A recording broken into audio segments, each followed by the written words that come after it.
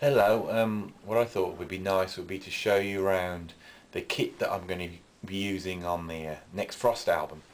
When me and Jem started to pull ideas together for the drum parts, he came up with this concept of having a drum kit that uses no toms.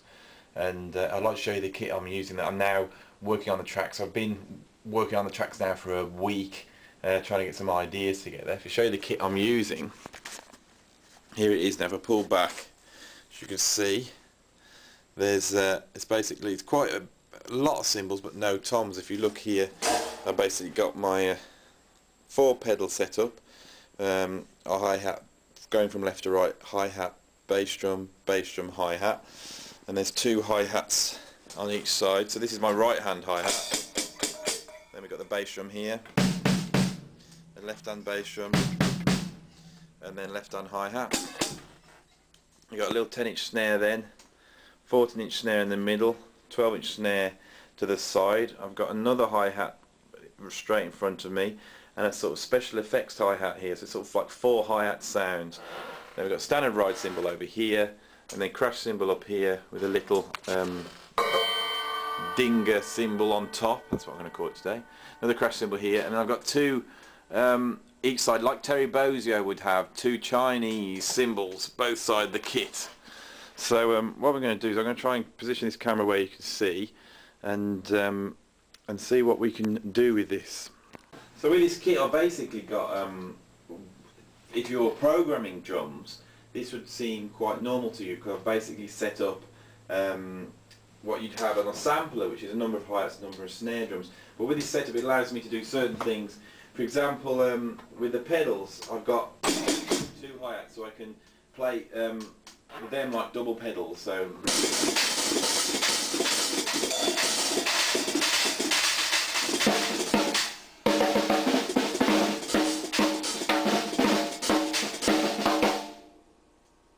and also we can cover the bass drum and the hi-hats at the same time. So basically got that sort of thing going on each side, which allows me to do some mad stuff like this. And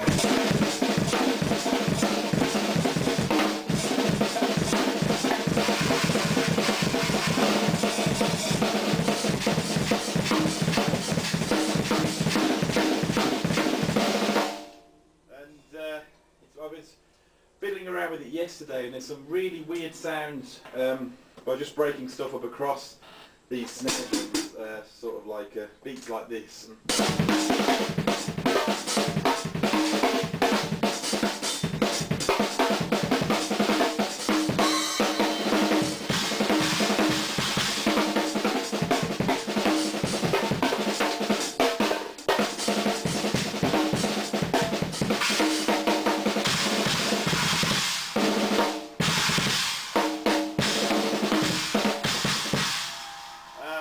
Going off on a tangent, but basically by having the 2 Chinas up here, it allows me to do all those Terry Bozzio type fills between the snare drum and the bass drum with the Chinas. And yeah, Terry Bozzio would do a lot of stuff like and that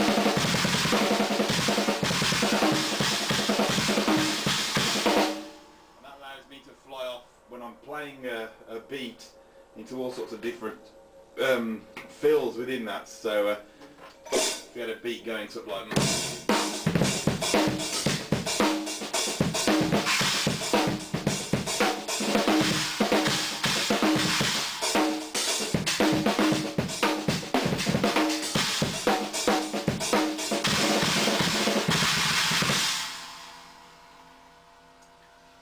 so, moving to some of the beats that Jem's programmed, they're very, a lot of them are very linear, which means you never play 2 things at the same time. This is the pattern that Jem's programmed for one of the tracks I'm working on at the moment, and it's in 4/4, but it's actually made up of 3 groups. The first group is 7, which is this group here, followed by another group is 7, which is this group here, and there's a little group of, which is like foot left at the end. The first group and the second group are the same, except the hands are reversed. So the first one goes bass, snare, hi-hat, bass, snare, hi-hat, snare, and then it goes bass, hi-hat, snare, bass, hi-hat, snare, hi-hat. So if we transfer this over to the kit, I'll just move the camera around here. That would basically sound, if you were to play that straight, it would sound like this, something like this.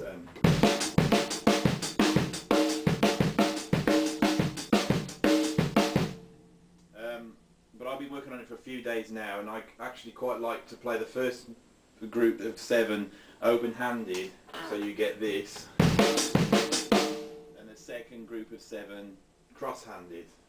So the pattern sounds like this then.